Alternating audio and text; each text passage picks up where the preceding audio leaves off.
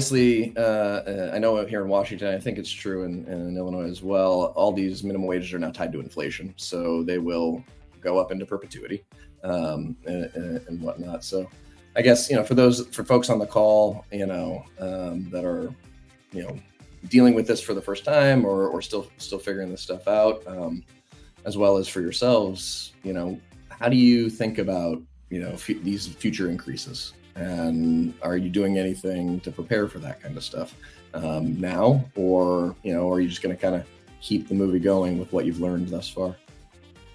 I can say, that I think it seems to, what we have in place now seems to be working for us.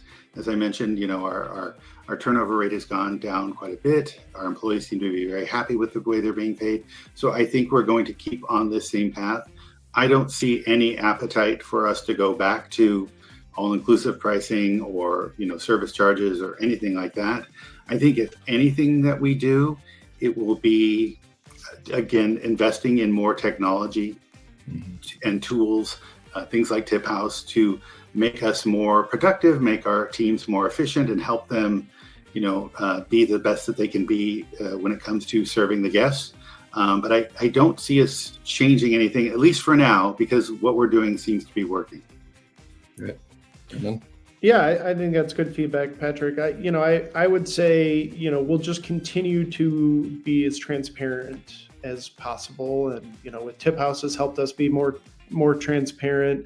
I think being upfront with our team members and with guests makes a huge difference. So this is what we're all dealing with. There's only so much to go around. So how do we figure this out? And, for those who are just starting down a higher increase, I would imagine you've been doing this for a long time. It's part of operating. It's part of, running a successful business and trying to look for, hey, where is there a point we can shave here or increase here to make it work.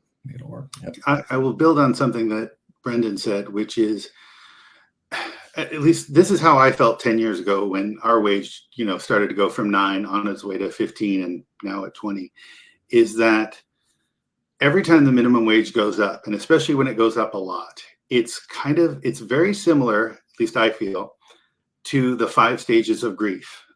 So you start with denial, you go into anger, you go through some big emotions as a business owner or business manager.